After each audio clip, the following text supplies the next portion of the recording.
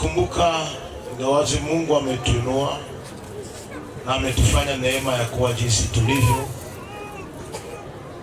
ingawaje tuna makanisa mengi, kuna kitu nataka kusema dakika mbili. Mwaka mmoja nikarudia kwetu kujamaa, ingawaje tuna makanisa mengi yako nyuma ya huduma yetu, ilikuwa na wale watu ambao wanafanya service ya security na protokoli yangu. Sasa nikafika kwetu, nikakuta mama yangu mdogo mmoja akaniambia, David, piga magoti, kwa sababu nilikuwa sijaenda kumsalimia. Nikashuka kwa magoti, akanikokota kwa masikio. Bale beko chargé na security bakata kwa intervenir, nikabambia huku ni kwetu. Amen. Kuna sababu nasema hivi. Nageukia makuhani na baba zangu, huku ni kwetu. Nikiwa kule tunaendaka kufanya mamikutano, tunaonekana sasa tuko ba Melkisedeki. Lakini huku ni kwetu, na si viongozi, mwenyekiti na wazee. Kwa siku ya jana, kama kuna kitu kiliwazuru kupitia huduma yangu, naomba msamaha. Nisamee na wenu wanisamee. Haina nifanya furaha kunikamata kumasikio, inaonesha kama uko kwenu. Paske haibaki teketeke wakati mwingine kusogelea mtu ule Mungu alishainua. Mtoto wako hata anakuwa presidenti, mtoto wako tu. Baba, nashukuru nilipokea mashauri na tutaitumikia. Chapa makofi kama unapenda hivi. Mtoto moya wa Disa anaanguka siku moya Kinshasa. Saa anaanguka ilikuwa 10h.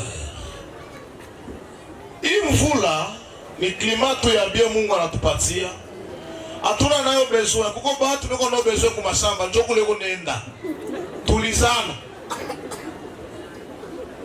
Na ujui, nika klimato kwa bia upendeze muile nguo livala ya bia. Haitanyesha. Tukitoka njoo itanyesha. Na ikinyesha mamfu. Ule mtoto wa Disa anaanguka. Mtu mmoja akasema anafanya arrêt cardiaque. Mwingine akasema hapana. Papa mmoja akasema pembeni tumuzie mkate. Pale palikuwa ule mtoto kuanguka, anafungula licho mmoja anasema muongeze na kalanga. Kwa hii neno baba yetu anasema, hii mimi nataka kuleta ni kalanga tu. Nasikia kichwa kinauma, kinavuruga.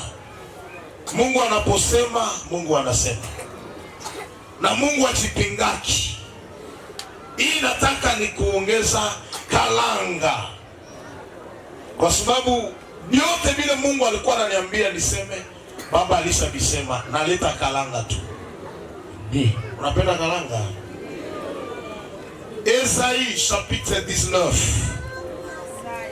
Isaya sura 19. Ndio hivyo.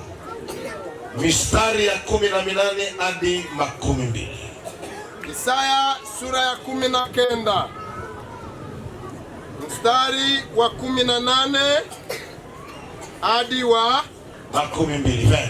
Hadi wa 12. Tunasoma kwa jina la Bwana. Amen. Katika siku hiyo itakuwako miji 5 katika nchi ya Misri, itumiayo lugha ya Kanani, na kumwapia Bwana wa majeshi. Mji mmoja utaitwa mji wa uharibifu.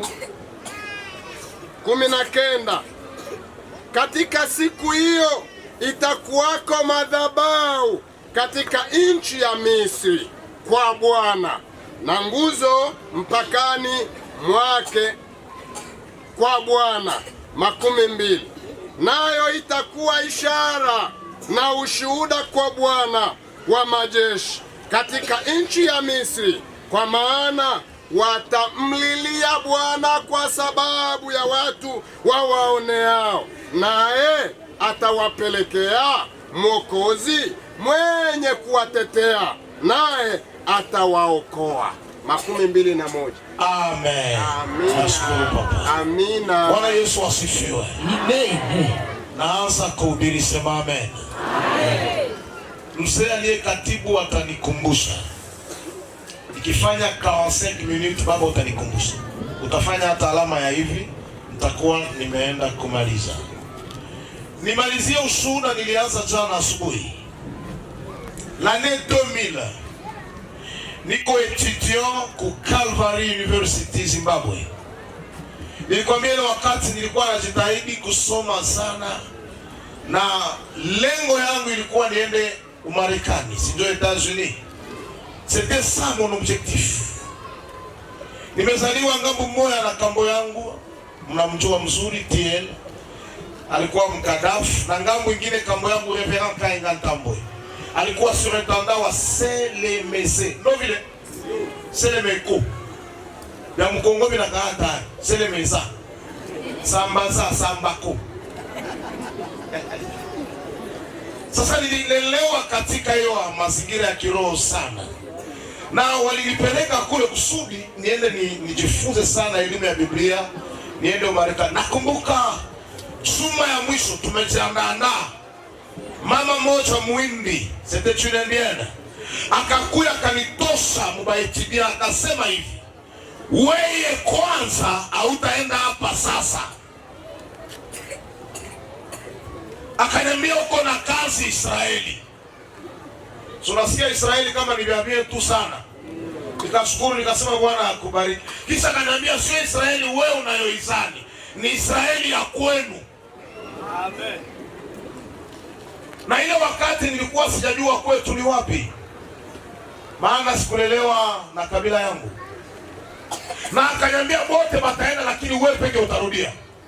Na ikafika hivyo nikarudia. Sasa wakati narudia nisikie kidogo na kuna kitu kitakusaidia huko naenda.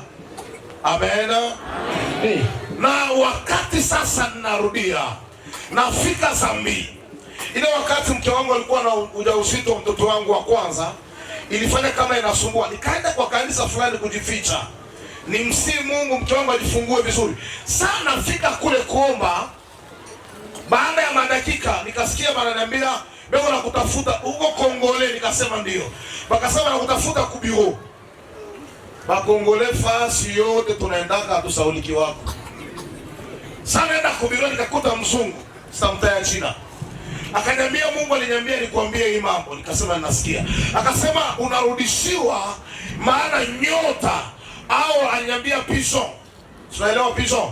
Wa reveil hapana ya Kongo, hapana ya Afrika, ya monde entier, iko nasione mu Israeli ya pili. Na mie niko juif, ule bwana yeye alikuwa juif. Akaniambia sitakufa nje ya ile budongo, nitaenda kule. Na akaniambia na bataniua. Mimi nikamwambia Israeli kuna Israeli ya kwanza na ya pili. Akaniambia Israeli ya pili ni Ubembe. Amen. Amen. Haleluya. Amen. Alikuwa na mtu mmoja ule tamtaya Golbesi, Jacques Jacob, ni mhubiri anajulikana sana kwa Wayahudi. Wakaniambia vitu na wakaniambia na hautatoka Muafriki au yafika kufinyanga kwenu. Sasa niko naona samile ni ndoto. Na wakati mzee anasimama kusema hii mambo, niko najiuliza kama watu wanaelewa au tunakichukulia kikawaida tu. Mambo yote baba anasema niliona. Na ndio ujumbe nataka kumaliza nao siku ya leo. Kama uko tayari kupokea, sema amen. Biblia inasema hivi. Wacha nirudie kwa Kifaransa. Utuelewe. Kiswahili kinavuruga kidogo. Na kule ile inakuwa uzoefu, si ndo manake. Nazoea kuhubiri kwa Kifaransa, sasa Kiswahili kinanivuruga kidogo. Utajitahidi usiogope, mwaka kesho nikikuja nitahubiri Mkibembe. Hivi vyote amechangi wenda vipita vile. Vitakuwa vya chini. Biblia inasema hivi. En ce jour-là, il y aura 5 villes dans le pays d'Égypte. Wacha nifasirie kwanza pale. Katika Agano la Kale, kitu kilikuwa kinaitwa Misri au msemo mwingine ufalme wa Kushi.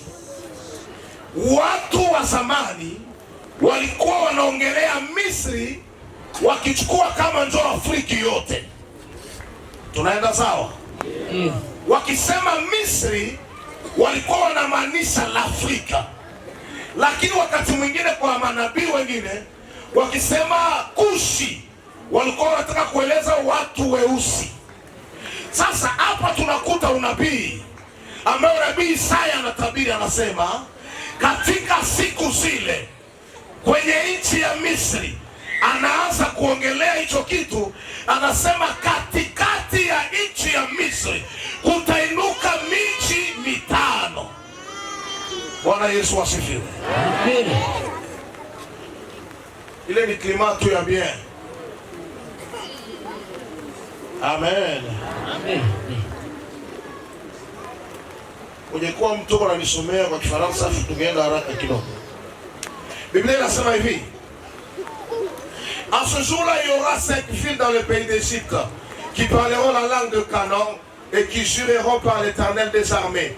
L'une sera appelée Ir, Ara, Eres. Ile sikusumbue itatafsiria kidogo. Biblia inaanza kusema katika ule mji wa Misri kutainuka mji moja katikati ya nchi ya Misri. Na ule mji tunakuta kwamba nchi yetu ya Kongo ndiyo nchi iliyo katikati ya Afrika. Bwana Yesu asifiwe. Amen. Amen.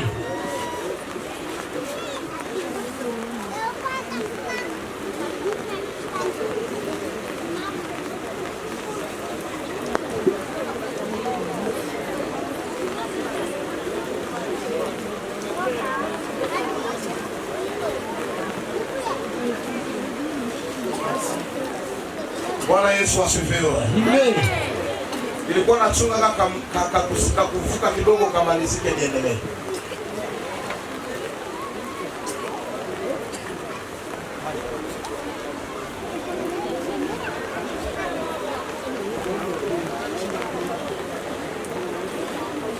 Sawa, tunaendelea kidogo. Biblia inasema katika nchi ya Misri, katikati ya nchi ya Misri. Na nikiangalia Afrika, nchi iliyo katikati ya Afrika ni nchi ya Kongo ya Kidemokrasia. Sasa ukiendelea kusoma banaleta, nisema nilikwambia jana la geography, banaanza kusema ku frontiere il y aura une ville. Amen. Amen. Waswahili ya Papa Meshaki inasema mji wa uharibifu. Waswahili niko nayo hapa au kwa Lingala na waza hata kwa Kibembe inasema mji wa jua. Na ile neno la Kimisri Ira Eres ina maana ya kusema la ville du soleil levant. Ukienda kwa tafsiri wa ndani inasema hivi: la ville qui se situe au bord de la mer, qui donne accès au soleil levant. Jitahidi kutafsiri kidogo.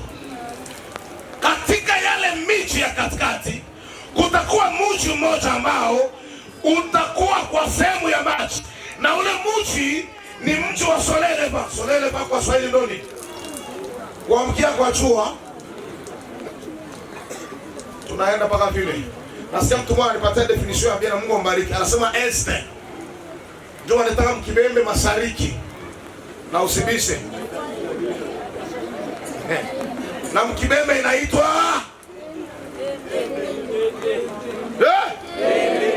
Pende. Pende. Nilikuwa asubuhi nikamwambia watu, kama unataka kusema Kibembe, fanya kama unataka kulala. Pende. Sio kama unataka kusinzia kidogo, pende. Na ndio unatwanga pende.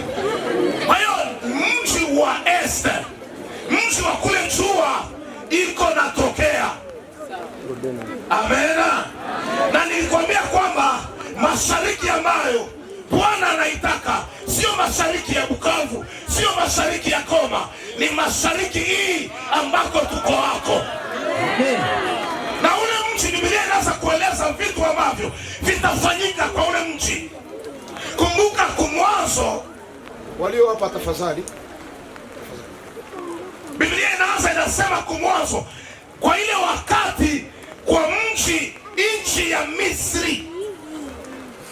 Nchi ya Misri, na nilikwambia Misri kwa manabii wa zamani ilikuwa inaonyesha Afrika mzima, na wanasema katikati ya Misri kutainuka miji, na ule mji wa katikati ya Misri tukibeba kama Misri ni Afrika, nchi iliyo katikati ni Kongo, na wanasema kwa ile nchi ya Kongo utakuwa mji, utakuwa wa Soleil Levant.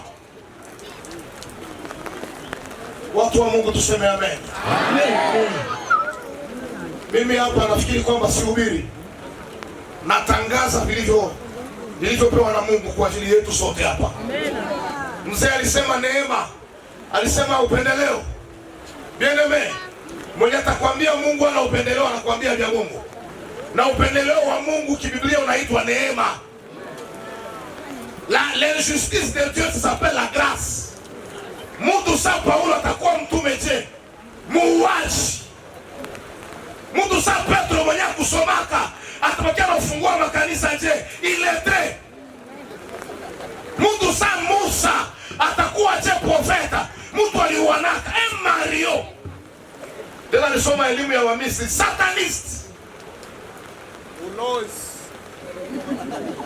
Lakini amepewa neema. Sikia, ukibakia kwa mwana wa Maria hauwezi kumwelewa mwana wa Maria aliye mwana wa Mungu. Tumepewa neema tu, hakuna cha ajabu wabembe walifanya, lakini wameteuliwa na Mungu. Hakuna cha maombi ya miujiza walifanya, wameteuliwa na Mungu. Na ndio maana nilikwambia tu mania profetika, jiografia wabembe inaonyesha kule walitaka wakuwe ili Mungu awe nao kazi. Amen. Na kazi hiyo ni kubwa sana. Sio kazi ya mizaha. Ingetakiwa katika nchi hii msikuwe hata mlosi. Ingetakiwa katika nchi hii msikuwe hata mfuka pepo. Ningesema kwa kibembe mlochi. Mloki, nilikwambia unasema kama unataka kulala. Nani anaamini zaidi ya mwenzake? Amen. Nani atanipa ameni zaidi ya wazee wake? Nani atarushia Yesu makofi hapa? Haleluya. Sasa wakati nabii eko analeta ule unabii, kitu cha kwanza akasema, na katika hiyo nchi kitu cha kwanza watamjengea Bwana madhabahu. C'est la première des choses. Watamjengea Bwana madhabahu. Ils bâtiront pour l'Éternel un hôtel. Kwa tafsiri haraka, madhabahu niseme kwa Kifaransa, mnihurumie kidogo. Tunaenda. Inapita. Unaelewa inakwama. L'hôtel haina ile majiwe wanawekaka tu. Madhabahu kazi yayo mkubwa ni kuunganisha la divinité et l'humanité. Kazi mkubwa ya madhabahu ni kupasua malango ya vitu vya kiroho vije katika maisha ya mwili. Hilo kazi ya madhabahu.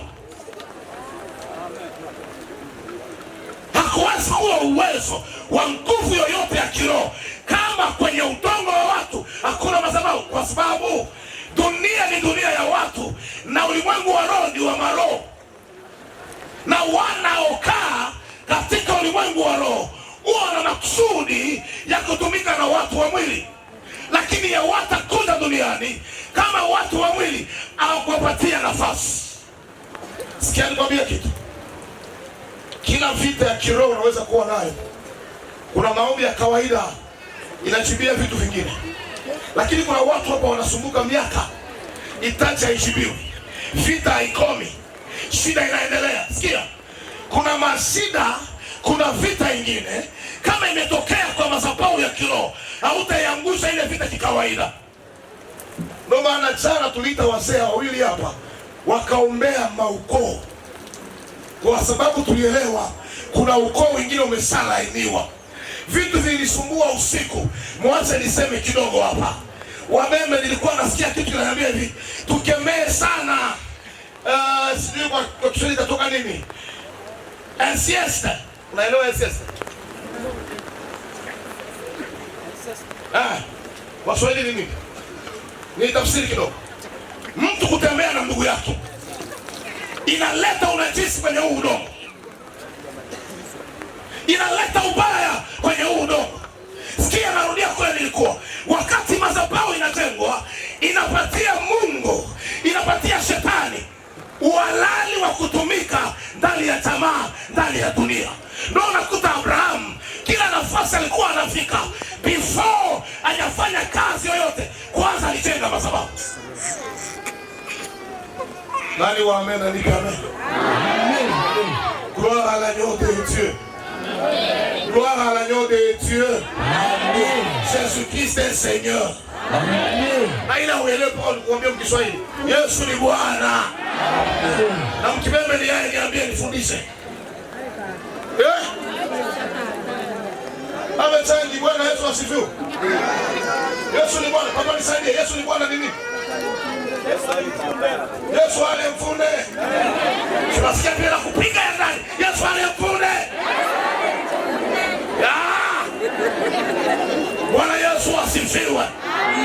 Inalazimika kwanza hapa, kitu cha kwanza kifanyike hapa, kuinuliwa madhabahu ya Mungu. Kama madhabahu haitainuka, udongo huu una madhabahu ambayo inadai udongo huu usipokee neema.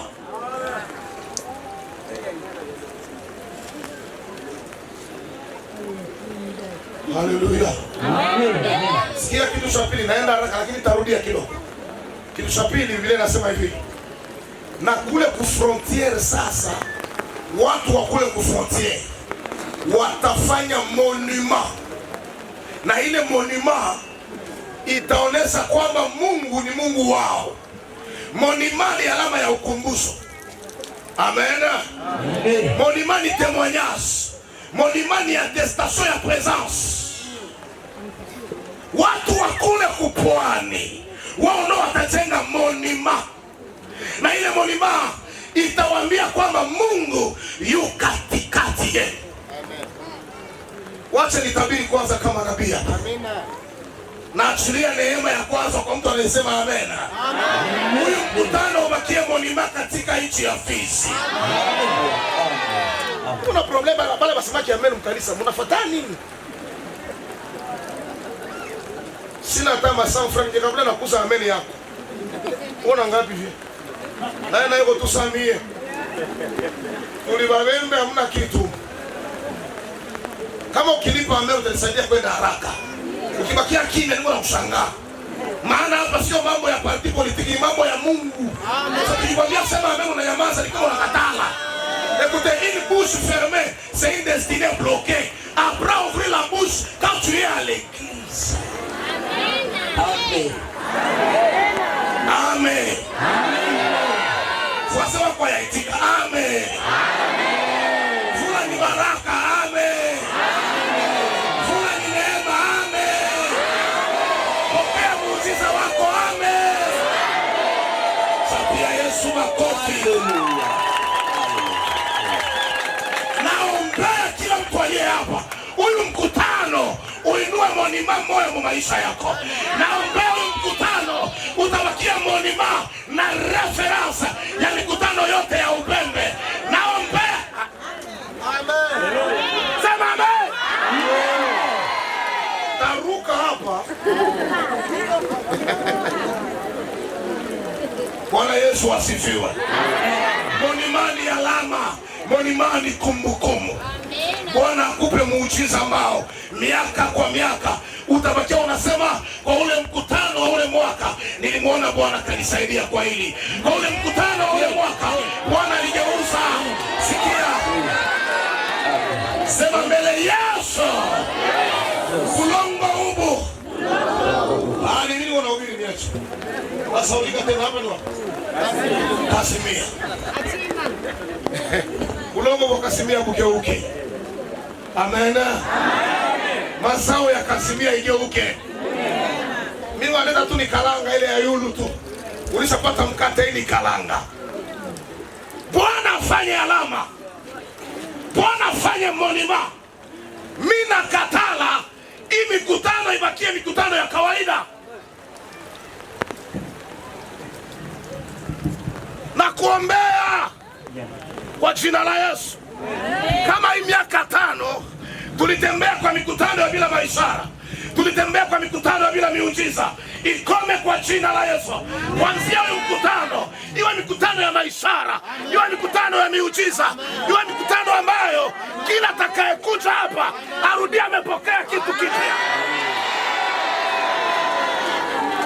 Kawaida itoke katikati yetu. Wachawi waliobahatika kufika hapa, iwa siku ya mwisho walienda jana. Kama ukwenda jana uliwaza utaenda leo na utaendaka tena. Iwa mikutano ambayo tukikutana hapa, tukirudia makanisani kwetu, tunarudia na vitu vipya, tunarudia na neema ya sasa. Niseme nini hapa? Kila kanisa iliyo hapa mpokee neema ya hapa. Ndio. Niko kazimi. Awani yuwa bie. Ndazama baze hapa. Nikirudia kama sitafanya miujiza, tarudi huku na masar de komba. Vita ni vita. Mji watu wa makimbilio uko wapi? Ni mji gani una madhabahu ya Mungu ambao nilisikia mzee anawaomba juzi? Mababu walitembea na Mungu. Madhabahu yao inakaa wapi? Tunaenda tunahubiri huku, tunavuma. Kuna wakati tunachokaka. Kuna wakati huwa tunapata vita. Tuna lazima ya kurudia kwa mababu wetu. Watu wekee mikono, watu ongeze nguvu. Nauliza, hata ninalia, mji watu wa makimbilio ya Ubembe, mnipe jina ya ule mji. Mnipe.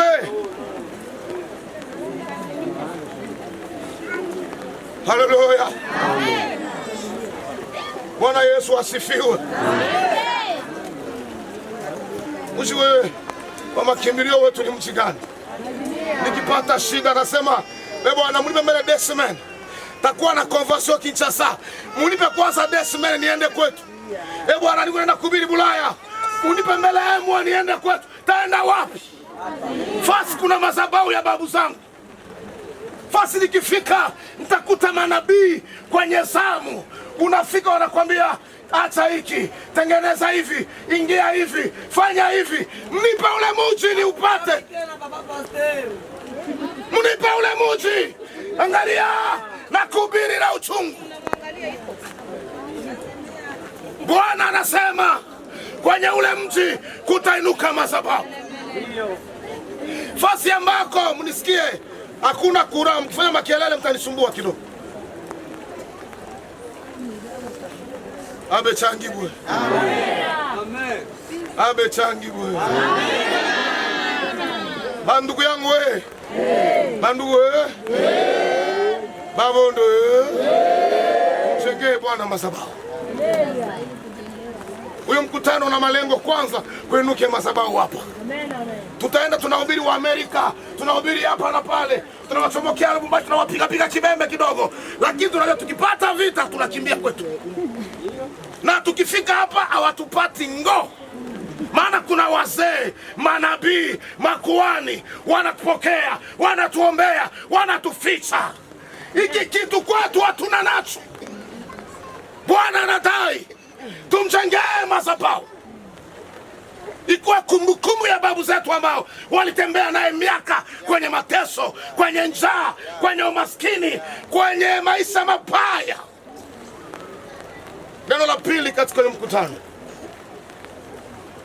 Neno la pili kwenye mkutano ambao unafanya umoja wa makanisa. Neno la pili, kuinua kizazi cha ukuhani. Au niseme kufanya marekebisho ya kizazi cha makuhani. Kwa Kifaransa, élever la prêtrise. Restaurer les prêtres de Dieu. Kuna mavita ingine mpendwa, hawaja kuombea kwa watu waliowekwa wakfu na Mungu. Vita yako haitaisha. Kama tunajidai kwamba sisi ni Waisraeli, kama tunajidai Mungu kweli ni wetu, je, Mungu aliyetembea na watu wa kale atatembea na sisi?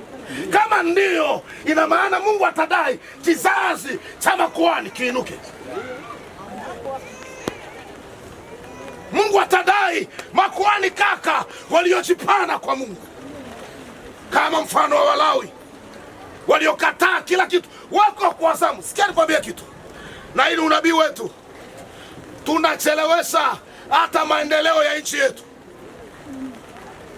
Tunazuia mkono wa siasa kuwa na nguvu kabisa, maana hii flambo ni sisi makuhani tumeupewa. Nchi ikiwa chini, usiangalie wanasiasa, angalia watu wa dini. C'est la prêtrise qui fait la force de roi. C'est le prophète qui guide le roi. Kwa sababu tumekaa chini, makuhani wa kwetu aweko, tunajiita sasa wenyewe kwa kazi ya Mungu, na hii inatuletea changamoto sana. Na wachawi wanaingia sasa, wasarati wanaingia sasa, wabaya wanaingia sasa. Baba alisema na mimi nasema, la théologie ne te donnera pas le ministère. Unapiga miaka 5 unaturudilia kwa kipapia kirefu, mimi niko pasteur confirmé dans la théologie. Waye, théologie bila Roho Mtakatifu iko sa géographie. Amen. Benye kutuharibisha kaka, wewe ndio utakugusa karibu yangu. Unaelewa au uelewi? Naelewa. Wewe Mtanzania unaelewa au uelewi? Ce qui nous dérange, pasteur, ce sont les théologiens. Je suis docteur en théologie. I know what I'm telling. Dokinos wanaanza tena, wanatuletea mambo na hawakuitwa na Mungu, na wanatutishaka sana. Kuhubiri bila kupita teoloji, utaambia watu vya Mungu. Teolojia nao bila Roho Mtakatifu tatuhubiri mafasirio ya bongo. Tatuletea mambo mirefu na uzima ndani haitakuwa. Laiti nakatala tusome Biblia. Sijakatala. Wende usome. Lakini kama una mwito rudia tulizana. Hapana rudia je suis révérend pasteur wa wapi. Baba mnisamee na waangalia tu, lakini nasema huku.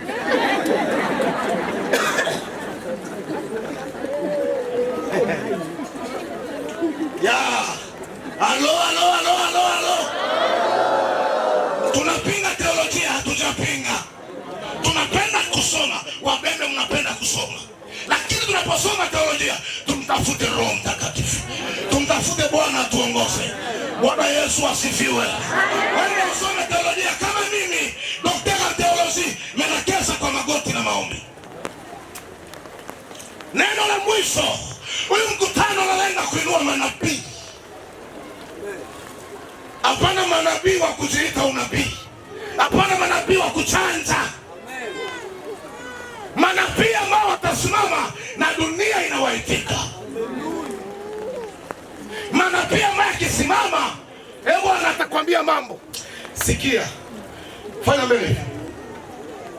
Sema huyu ni mwalimu. Si ndio anaje yako masikio kuchafua? Si ndio mwalimu huyu anataka mchafu? Sema Bwana inue walimu hapa kwetu. Mbona ni kama unapigana na walimu wewe? Mbona hivi lakini? Sema tena Bwana inue walimu. Sema hivi, huyu ni mchungaji. Hivi. Inamshinda Samia. Mpaka anafanya hivi. Kwa sababu huku ndio tunapeleka babu ya Alliance. Ni mchungaji anayebeba agano ya Mungu na kanisa lake. Tunaomba agano iliyovunjika Ubembe, Mungu airudishe tena. Anakabrosata. Tunasema agano ya Ubembe iliyovunjika, Bwana irekebishe tena. Ameni yako ulipandishe. Madhabahu ikijengwa leo na agano itarudia. Sema mbele fire. Ile ni Anglia ina Kibembe wewe. Huyu anabeba agano, kisha huyu watatu sema ni mwinjilisti. Sura kama ni mrefu kupita wote wana. Ana neema ya kuishi sana miaka mirefu. Angalia wale wanatumikaka comme des évangélistes wanakauyaka maisha. Banazeka kabili gram renard bongo Chris. Moi je suis docteur en théologie, utakufa mapema. Bonjo baataka. Sema huyu ni nabii. Huyu ni nani? Huyu ni nani? Nabii. Sasa nataka niulize, mtu alipatie. Utangalia ni wapi? Nani atashota ndio utangalia ni wapi? Unanionyesha na nini? Kidole kani? Kinaonyesha nini? Kinaonyesha direction. Kazi ya manabii kwa kanisa ni kuonesha watu tutaenda hae, ni kuonesha watu tutapitia wapi. Naomba kwa jina la Yesu, Bwana mwage neema ya manabii. Hapana manabii ya uongo, manabii wa kweli. Haleluya. Haleluya. Na huyu ni mtume. Sema huyu ni mtume, mtume. Anagusa nabii, anagusa mwinjilisti, anagusa mchungaji, anagusa mwalimu. Mtume anaweza kuwa na hivi vipawa vyote, na mara nyingi atakuvuruga. Lakini naomba mkutano tumekusanyika hapa ili kwamba Mungu akainua hivi vipawa mara tena. Naenda kumaliza nikikwambia hivi, maksudi ya Mungu ni kwamba kwenye nchi ya Kongo, kwa nchi ambayo jua inatokea, Bwana anaenda kujitwalia Yerusalemu yake. Bwana anaenda kujinulia taifa ambalo litatembea na agano ya Bwana. Bwana ananiambia niseme na watu, Bwana atatembea nanyi mtaposikia sauti yake. La derebo soto. Bwana anataka kutembea na nchi yetu. Sikia, kuna wazee walio hapa hawatakufa mpaka waone yale mambo. Na hii mambo haina mbali tena. Uamsho wa Kongo unakaribia. Mabadiliko kwenye serikali imekaribia. Uamsho wa Afrika umekaribia. Uamsho wa dunia unakaribia. Taifa ambalo limeteuliwa kutembea na agano ya uamsho wa mwisho wa dunia ni kabila la mapendo. Nitatembea na Mungu wa maisha. Nitatembea na Mungu wa miujiza. Nani anaamini? Nipe ameni, nipe ameni, nipe ameni. Neema ulionayo ulimwengu utashangaa. Aya. Amen. Kameni kalao pale niseme kitu. Amen. Hapa kimya. Bwana nishangaa. Uneni mbondo wa sana. Amen. Sinjo benye fizi. Mtatembea na neema ya miujiza. Naombea kila aliye hapa, neema ya miujiza iliyopotea kwa mikono yako. Huyu mkutano ni kama siku za Samsoni. Biblia inasema akashika waboya wawili wawili, akawafunga kwenye mkia, akaweka taa inayowaka, akawasukuma katika mashamba. Wale waboya wakaenda wakachoma. Ninaomba neema ifike hapa. Tutakapotoka hapa, tutatoka tunawaka moto. Tutaendea makambi ya giza. Makambi ya giza itawaka. Nani anibebe? Haleluya. Nibebe nipande. Waliopoteza neema ya miujiza, Bwana irudishe kwa jina la Yesu. Amen. Sikia amen yako. Amen. Time is money. Nilisema ile huku chini. Inaenea kabisa. Ndio maana nilianza kudeklare parce que na leo nishaenea. Waliopoteza neema ya miujiza, mbona narudia pale tu? Agano ya Eya. Sikia. Unavyoona mvua inapiga, mimi naona katika zaidi ya mawingu, naona arkaseli inainuka. Kuna neema inarudia katika nchi yetu. Kuna mtu anisikia hapo? Unanisikia? Unanishangaa? Mimi sihubiri kama mhubiri, mimi ninahubiri kama nabii. Nabii akiwa anahubiri anatangaza vile kwa naona. Zaidi ya mawingu naona arkaseli inainuka. Na watu wengi watailota. Nasema kama nabii, neema ya agano iliyopotea na iona inarudia. Vita na mwangaji wa damu Bwana atavikomesha katika nchi yake. Haleluya. Mama, haleluya. Agano inarudi, haleluya. Agano ya kuishi miaka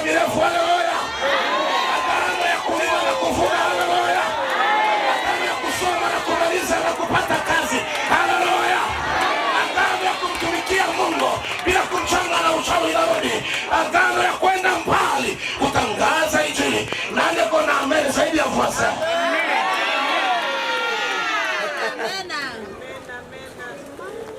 Nyanyua mikono yako. Bwana ameturudi tena. Hey. Bwana ameturudi tena. Amen. Agano letu halijaenda fasi, limerudi. Upendo wa Bwana kwetu haujaenda fasi, umerudi. Ona kitu ninaona cha pili. Naona hapa tuko kwa station ya essence. Naona magari inaisha karibira. Ikiingia hapa inayala, inatoka ya kuyala. Manake hivi, kila aliyekuja amesikia amepungukiwa. Unaenda kutoka kwenye mkutano umeongezwa.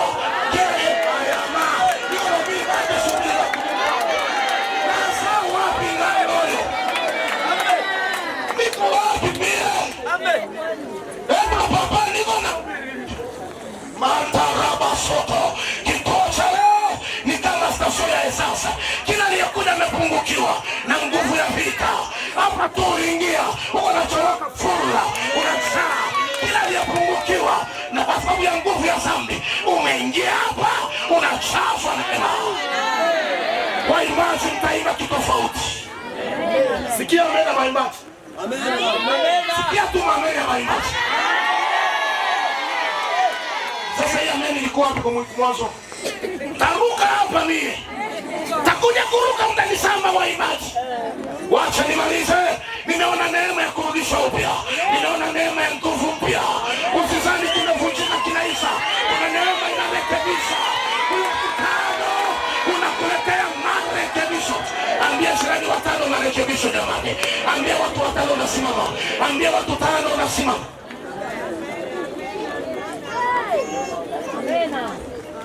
Ndio najiuliza hivi.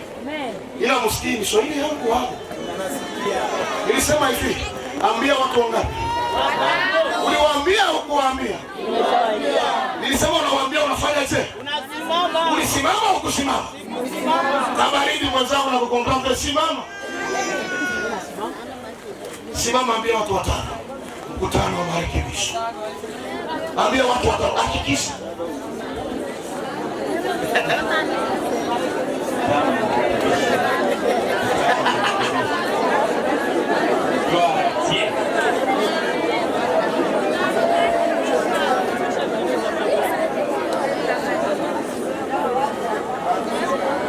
Isa.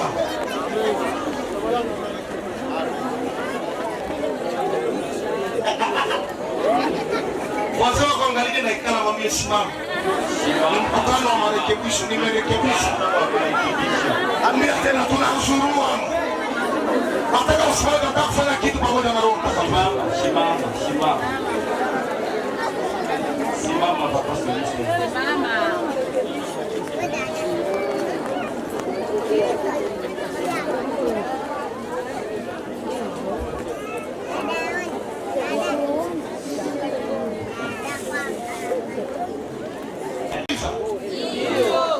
Unakuasu ndugu yangu.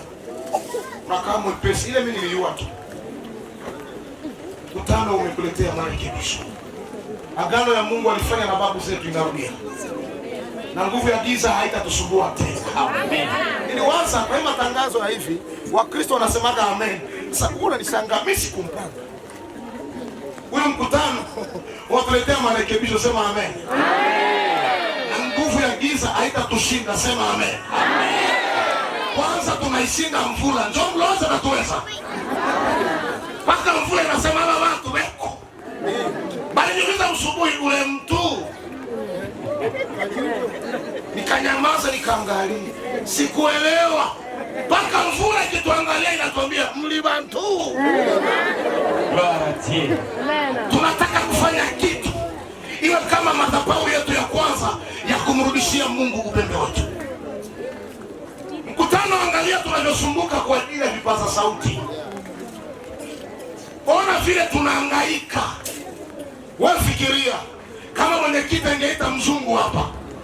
Au fikiria ningekuwa mgeni, sina mtoto hapa. Ningeenda na habari gani ya watu wako? Shida yako hauna hapa. Shida yako.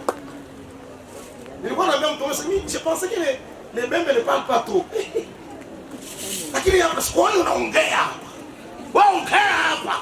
Na hapo unaongea, hapo unaongea na hapa hivi. Fikiria kidogo. Amen. Ingekuwa kusema nitarudi Lubumbashi, ndio nyumba yangu, sitabakia huko kwetu kwa ajili ya Injili. Au fikiria kidogo, ningekuwa mgeni, kama ile miaka nilikuwa sijajua kwetu, ningekuja hapa kama Mkasai. Fikiria habari ningeenda nayo kwetu, ningesema nini? Wabembe wangaliki nyuma sana. Munisamehe msinyelewe mbaya, niko mtoto wenu. Na ukinyelewa mbaya, unanyelewa mbaya, unanionea. Kwani tutombiane kweli kaka? Fikiria mwenyekiti angeita mzungu hapa. Mzungu angeenda na habari gani? Hawakuweza kunisaidia nihubiri vizuri. Uongo ukweli? Na hivi vitu vinaleta haya. Na tuambiane kweli, ulimwengu wa leo ni ulimwengu unajaa maendeleo. Napewa taarifa tunatakiwa kuwa na lance-voix 4. Na lance-voix moja, baba ananiambia ni $50. Sema pale huko ya pamba. Sunaona ni makuta usema. Sema tu hivi ya pamba.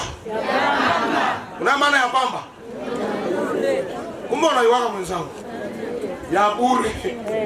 Niite samu wangle ya ovyo. Hautamshangaa Mungu madhabahu ya ile neema irudie kwetu kama kwenye madhabahu hakuna sadaka. Nani atajiunga na mie tufanye hii kazi? Najua sisemi kwa watoto wadogo, nasema kwa Israeli ya Mungu. Kama wakati wa Musa jangwa, Mungu akawaomba watoe dhahabu na weko mjangwa, ajabu wakampa Mungu dhahabu. Najua siongea watoto wachanga, naongea watu waliokomea kiroho, ambao kwanza pale weko wananiambia mhubiri vitu vya chini vile. Tutakushangaisha hapa. Nani atajiunga nami kusudi mwakani tutakapokuwa na mkutano tusihangaike kama leo? Mwenyekiti ananiambia lance-voix 4. Sema 4. Mbona sauti inashuka?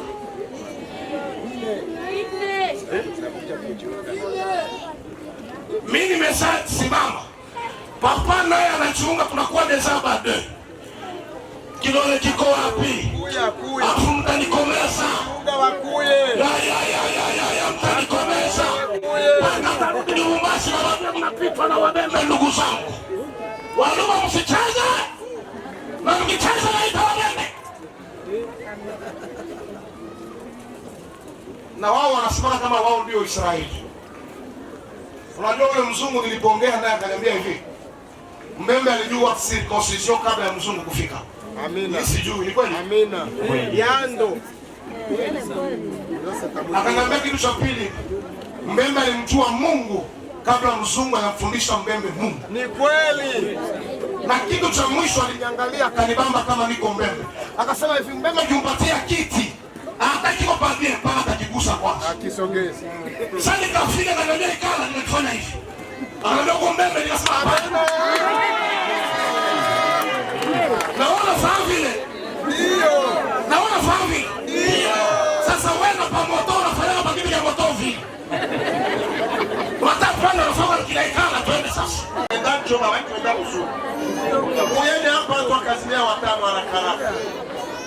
Haraka. Karibu mama, kuja hapa. Kazi ya nataka watu watano haraka haraka kabla sijasema kitu. Haraka haraka. Na chilia baraka ziende hivi tu. Amshangali na mwe. Kama mushi. Amen. Amen. Amen. Amen. Mtaenea nataka watano. Nataka watu watano wakazimia mpokee hizi baraka. Nabii kama wewe mtampata wapi? David anaumiliaka Nigeria, anaenda Nairobi. Sio mhubiri wa hapa, tali ile tukumanyamani kulia. Hawa ni mahubiri wa kimataifa. Wakifika wanatembea na baraka za ulimwengu. Maeneo watano Sawa, kuna maafisa waleta walikuwa hapa. Na waomba mje mseme nini. Ndio wakati wa kuinuliwa vyeo. Usishangae wenzetu wanainuliwa nyewe mnawakia. Mimi hapa ni inua wake. Na wao muinu wake kwa. Maafisa waleta niliwasikia mkuu hapa. Ndio na mimi shake huyu anasimama sasa. Amen. Changamka ukuya uahidi hapa ufunguliwe. Deputation simama pale. Unawaza ni mchezo. Na ukimaliza unapewa nafasi unajitetea hapa hapa. Na Mungu anakupa kutetea hapa hapa. Haleluya! Takutoa kwa madhabahu, takutoa. Msogee huku. Tuwaone. Sogeeni huku. Sema neno. Kama utasema la c'est quoi kumi sema. Asifiwe. Amen. Saidia dolari na 12 kwa Makofi kwa Haleluya. Yeye ataombea wale watu bali mimi nitaombea wale. Jina la Bwana libarikiwe. Amen.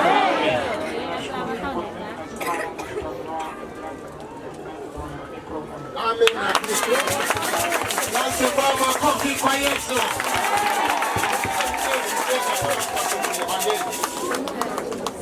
Haleluya. Na yeye anafanya Tangizo ya dola 20.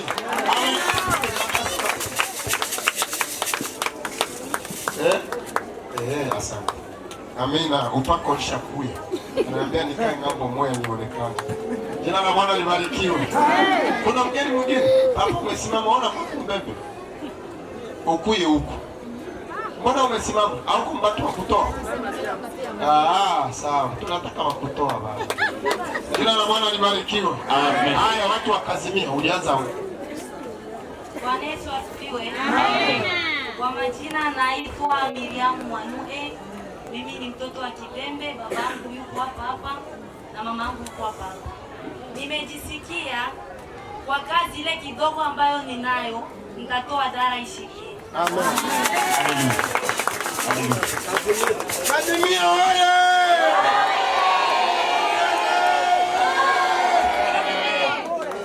Bwana Yesu asifiwe. Amen. Na mimi najisikia kutoa 30,000 francs congolais. Yes. Amen. Kazimia. Bwana Yesu asifiwe. Amen. Asifiwe tena. Haleluya. Na mimi kwa jina naitwa Goderibe Huseni, ni mkaaji wa Kazimia. Kwetu ni hapa Kazimia. Na mimi najisikia nitatoa dolari 13 kwa ajili ya Vigeregere kwa Yesu. Kazimia. Bwana Yesu asifiwe. Amen. Kwa majina naitwa Amida Isa. Mimi nitanunua yangu mimi peke yangu.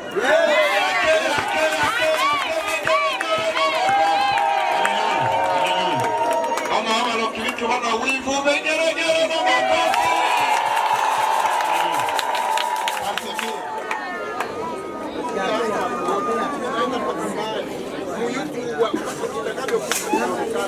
Bwana Yesu asifiwe. Amen. Mimi nitatoa transfer moja.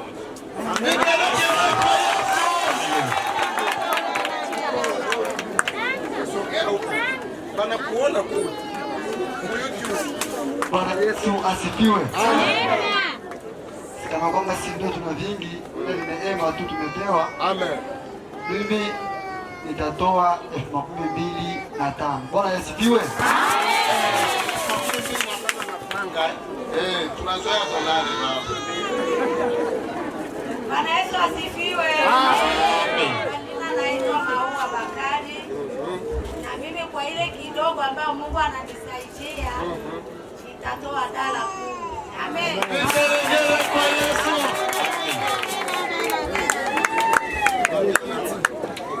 Jina la Bwana libarikiwe. Na mimi kama mwenyekiti wa umoja, Amen. kwa uwezo wangu nitatoa dala 10. Watu watatu wakazimia, waje hapa kwa haraka. Watu watatu wakazimia. Njooni. Najisikia kama hivi kama niseme mimi nitatosha vyote. Watu watatu wakazimia haraka, njooni hapa. Watu watatu, opportunity ya watu watatu. Watu watatu wakazimia, njoo useme chenye unataka. Watu watatu wakazimia, karibu. Watu watatu wakazimia, karibu sana. Wenyeji wakazimia, nataka watatu mje hapa. Haraka, mimi sikubembelezi. Unaona sebwa ile kwa $200 ni kitu ya kawaida. Nataka upokee hizi baraka zibaki kwenye madhabahu yetu. Haleluya. Haleluya. Mzee Sewa siko hapo. Yuko. Mzee Sewa njoo useme neno baba. Wewe useme neno. kuna baraka zingine lazima umwonyeshe mtu kwamba usizikose. Amen. Bwana asifiwe. Amen. Kwa kweli baraka zinanyang'anywa. Amen. Kama nilikuwa najificha hivyo na nilifichwa. Amen. Haleluya. Amen. Kwa utukufu wa Bwana nitawapa $100. Amen. Kwa Yesu. Wale kundi waliotoka baraka, ile kundi ilikuja nao kwenye mtupu kutoka baraka, kujeni mwe wote hapa. Sisi tunazipokea. Wale watu ni watu. Karibuni hapa haraka. Wale watu wote ndio kuja nao mgoti kuja hapa. Wale wote ndio kuja nao mgoti haraka kuyeni hapa. Nasema hivi, yule mwenye nilikuwa naye mgoti akuya hapa. Kama utakuya hapa utapanda moto, mashine ni yako. Kuya hapa. Kuya hapa. Ya Mungu ndio tunapaswa tuonekane mbele Bwana. Tunavaa mzuri kwa ajili ya utukufu wa Bwana. Haya. Wale wenye walipanda moto mwingine nani? Ukibakia kula utarudia na mimi wote. Na wewe uko hapo. Na mama safi uko hapo. Kama hutasema mwahivi, hautapanda moto. Haleluya. Kwa niaba ya watu waliotokea baraka, na sisi tutanunua la sevoir moya. Amen. Nimwite Yesu kwa ajili yako. Kwa jina la Yesu Kristo wa Nazareti. Kwa jina la Yesu aliye hai. Watu wako wametoa kwa ajili ya Injili. Utangazwe katika mji wa Kazimia. Aliyetangaza amesema 4 na Bwana umepata maradufu. Ubariki kwa jina la Yesu Kristo. Kwa umande, kwa mvua, kwa nyota, kwa anga, kwa jua, ubariki watu hawa. Nimetangaza baraka kwa jina la Yesu, barikiwe. Amen. Kwa uendeleza harambee yako. Haiaishi. Bwana Yesu asifiwe. Amen. Kwa la sevoir, harambee iendelee. Bwana sauti kali kwa Bwana asifiwe. Wangapi walishaenda Dubai hapa? Wangapi walishaenda Dubai? Basi Dubai iko wapi? Wenyewe wanaenda Dubai, wanaenda kutafuta pesa. Na hapa pesa ziko. Bwana asifiwe. Kwa kweli kama unasikia mtu analeta miogo, ina maana kwamba alipanda. Sasa ukapande, wende Dubai. Na mimi nasikia tena, ewa, wewe bwana alikuwa anasema baraka, mimi niko napenda, sijui nilikuwa nasema bale watu kuna baraka zingine, kuna watu wakipata $2,000 hapa, unaona ule mtu atalogota na ataambia wengine. Atapenda ajinyakulie. Bwana sifiwe sana. Lakini ikasikia ile franga ya $50, mbona ni baraka zinakuwa kidogo. Bwana sifiwe. Amen. Apendaye madogo atavuna madogo. Apandaye mengi atavuna mengi. Nasema bora mimi niende mosale $20.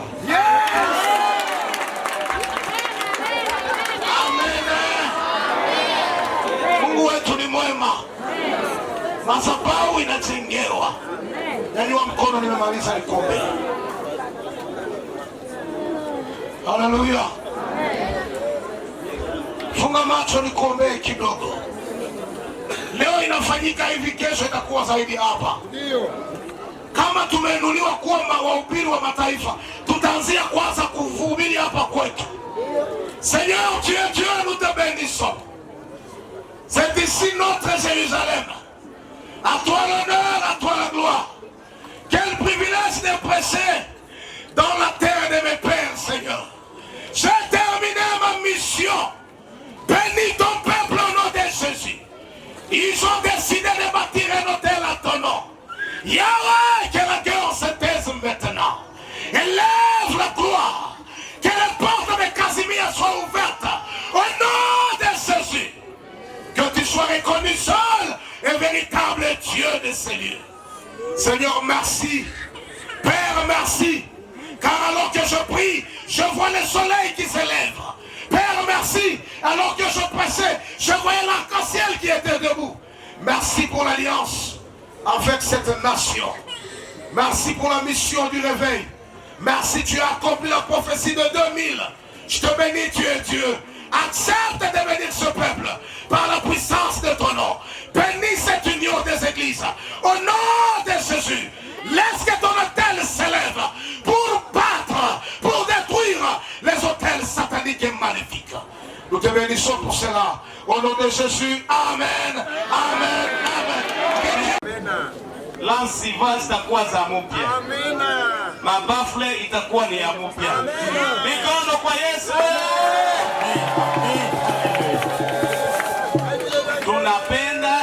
Tunapenda kama tuko hapa sisi watu wa moja makanisa. Nchi mzima wa Kazimia ni lazima utaharuki kusikia masauti yenye iko inasemwa hapa. Siku basika sabato waliingia hapa kukazimia na zile spika kubwa. Mji mzima ulianza kulalamika na kutetemeka mpaka Katonje watu wanasikia masauti. Sasa hivi tuko tunasema na maspika hata pale kusantri ya masikini. Lakini yote injili ingepaswa isema hata kama mtu hatakuya hapa, lakini tulikuwa tunaipata kule kwenye iko. Jina la Bwana libarikiwe. Kwenye mkutano wa pili tunaamini kwamba mambo yatakuwa yamebadilika kwa sababu madhabahu imeanza kujengwa. Jina la Bwana libarikiwe. Amechangi Bolonge. Baba ndo jina la Bwana libarikiwe. Jina la Bwana libarikiwe. Bwana Yesu asifiwe. Penu makole makole.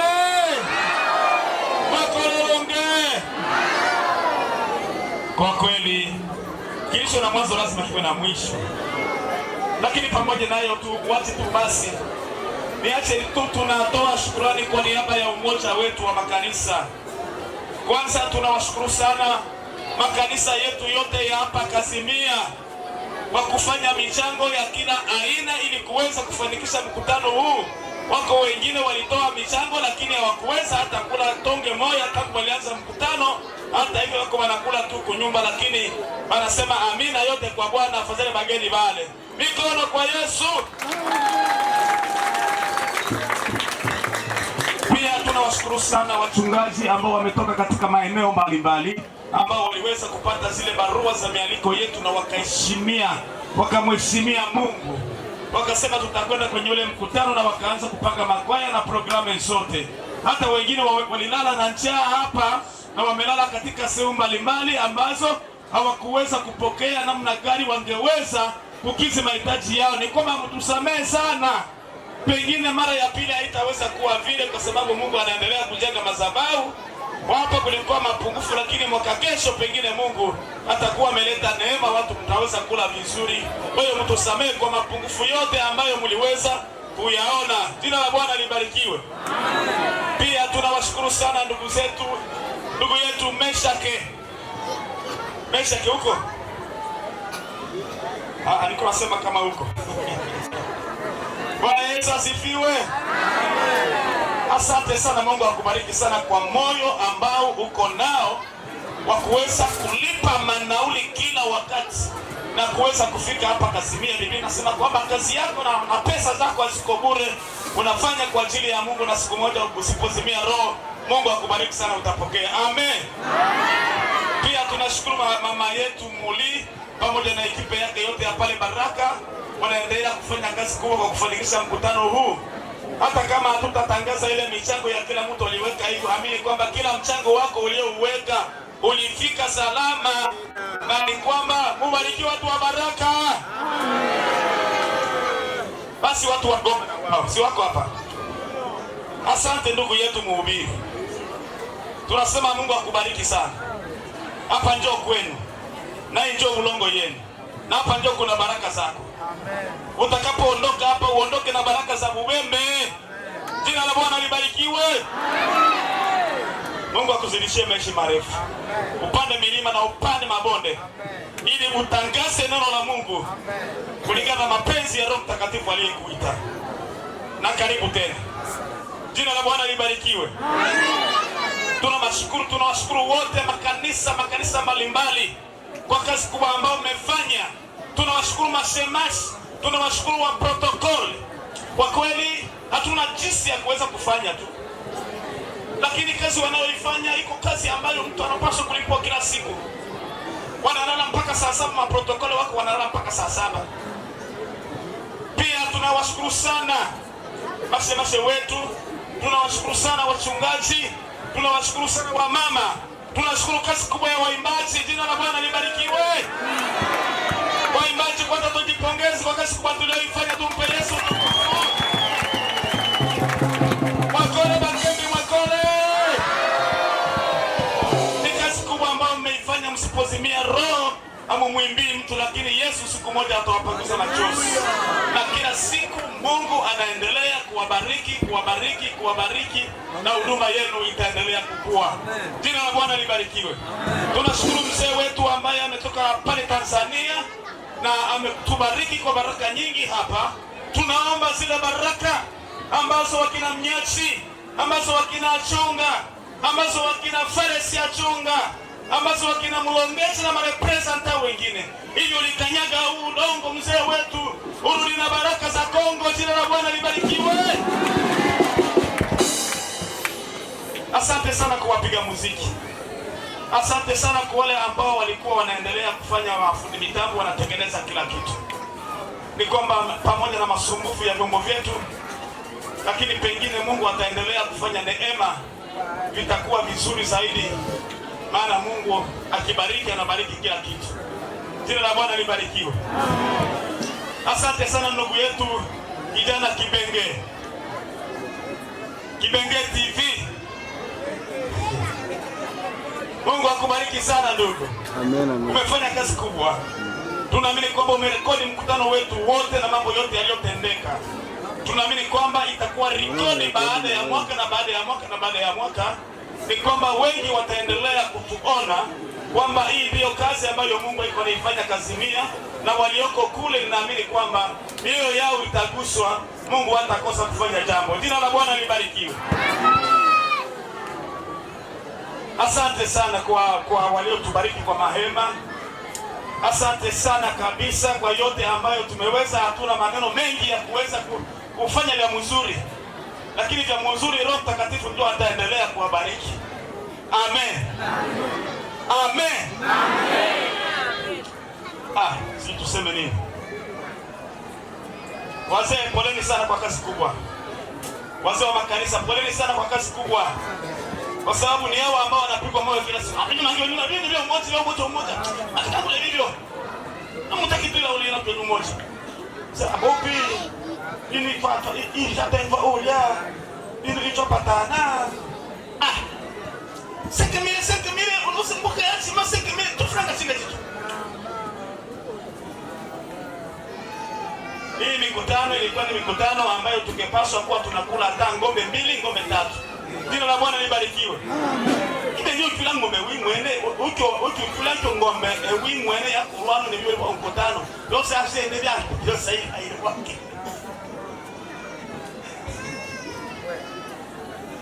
Kama tunajitesa na njaa, ni kwamba tunajitesa na njaa sisi wenyewe. Wakati tulifanya kwa moyo, tulikula ngombe 2. Na kila watu walipokea vizuri, walikula nyama kuanza mkutano mwanzo na mpaka mwisho. Na pengine sisi viongozi hatukukula sana zaidi ya wengine. 5,000 tumeitangaza kwa muda wa miezi 3. Lakini utakuta kanisa walioweka ni watu 8, walioweka ni watu 6, walioweka ni watu 7. Sasa mapungufu tunayaleta wenyewe. Lakini kwa sababu Mungu anaendelea kuleta neema, tunaamini kwamba mwaka kesho, ikiwa Mungu kama Yesu hayakuya, tunaamini kwamba hivi tulishaondoka na tutaendelea kuondoka. mapungufu mengine yatabakia, lakini tutasonga mbele. Jina la Bwana libarikiwe. Mkutano huu unapaswa kula semule. Mtu anashinda hapa, anakuja asubuhi, anashinda hapa, anakosa kula kwa sababu hakuna semule. Zingekuwa kila mtu kamata kila mtu anakula, na watu wengine wanakuya hata bali na nje na hiyo kanisa. Bali mwoni wana watu wasa waona useadia hapa kana tabana tu bope. Sasa sisi tunawafunga 5,000 tu ya banyamunyamu tu enane ile 5,000 usukulonga ndo mtu. Lakini piga kelele hiyo 5,000. Piga hiyo kelele ya 5,000. Ni kwa wale tu ambao wamepokea neema ndio wanaguswa. Lakini kwa wale wote ambao waliguswa na kufanikisha michango hii longe na tenda, amecha mwelele.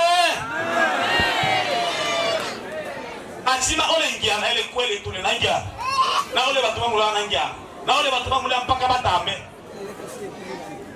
Lakini pamoja na itamba ole watu baluhima nibetolombobe hata mutisibo tole na abo makala bakele sito bali.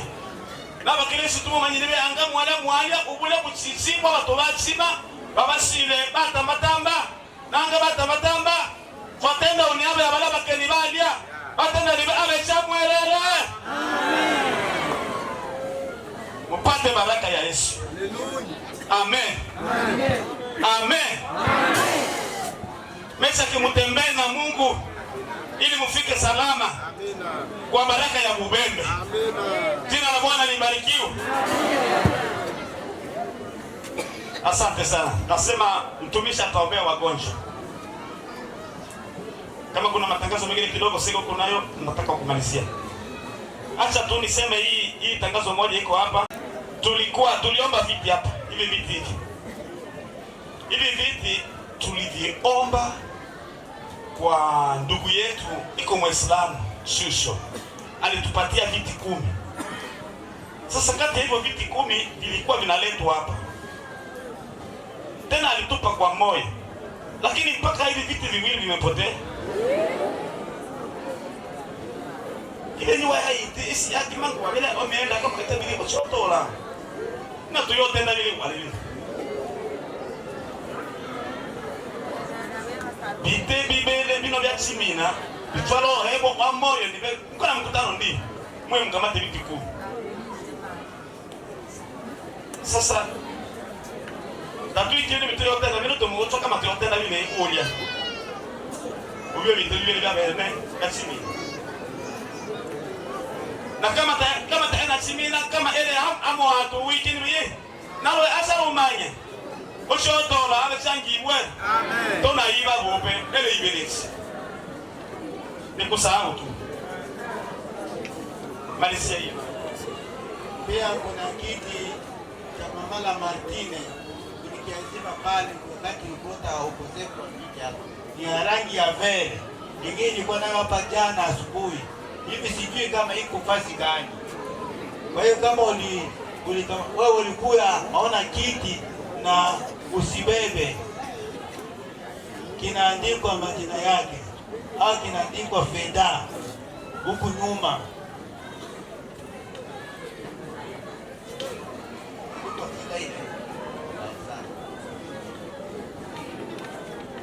Mtu wa mafurusha anasema kwamba kuna mtoto ambaye alipoteza kiatu aina ya kechi, aje amuone kwamba kimepatikana. Okay, sitakuwa na zaidi kwa sababu pia hata mimi nimechoka. Acha niinue mtumishi wa Mungu amuombe Mungu aliyemuita kufika hapa Kazimia ili kwamba atuguse, Mungu atuguse kupitia maombi yake sisi magonjwa. Ton nom est Jéhovah Rapha. Tu nous as appelés, tu nous as dit, nous allons t'appeler pour le malade.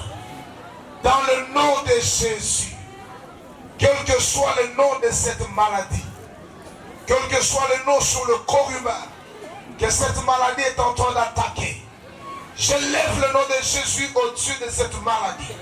Je proclame la guérison maintenant. Sois guéri au nom de Jésus. Et que cette maladie soit ôtée de ton corps. Les maux de tête,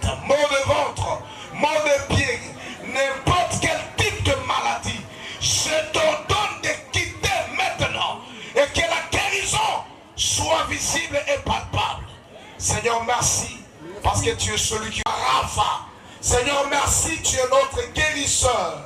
Il est écrit dans les livres des Actes des Apôtres. Voilà comment Dieu a oint Jésus-Christ qui allait des lieux en lieu et qui guérissait le malade. Merci pour la guérison de malades. Au nom de Jésus, amen. Kusimama na kumshukuru Mungu kwa yale yote ambayo ametenda na kwa yale yote ambayo ametukirimia na kwa yale yote ambayo ametuahidia na kwa yale yote ambayo tumepokea.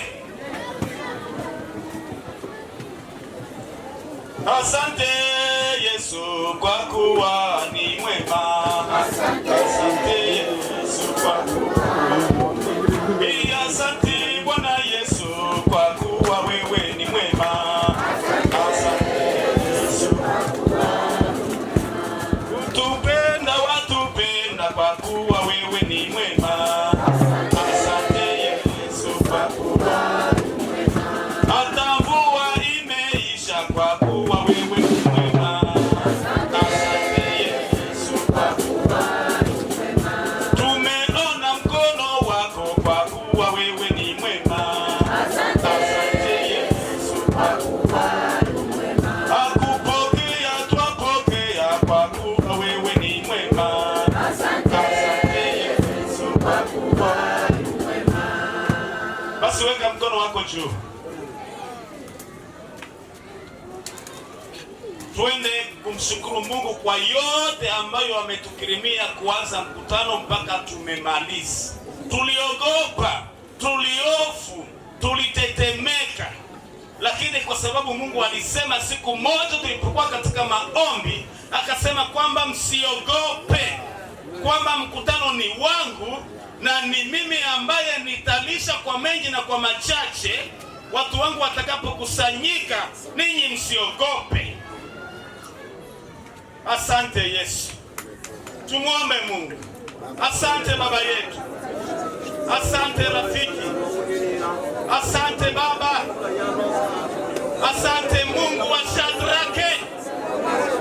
Asante Mungu ambaye unayeitwa na kuitika. Asante Mungu wa umoja. Asante Baba. Asante Mungu. Tumeona matendo yako makubwa. Tumeona maajabu yako. Tumeona kubarikiwa Bwana. Tangu tulianza kukusifu na kukuabudu na kwa maneno yako mengi ambayo tumekirimiwa hapa. Asante kwa sababu nguvu za giza zimeshindwa. Asante kwa sababu mkono wako umeonekana katika mkutano mzima. Baba, utawanyike pamoja na watu wako. Wengi watatembea katika vyuma na wengi watatembea katika maji. Wengi watatembea kwa miguu Baba. Kama ulivyowaleta katika mbawa, tena warudishe katika mbawa, wafike salama Baba yetu. Wengine wanavuka Baba yetu, acha ukuwe pamoja na wao. Waseme kwamba tulipokea usalama kutoka kwa watangulizi. Asante Baba. Asante rafiki. Asante mchungaji mwema. Asante Mungu wa wote.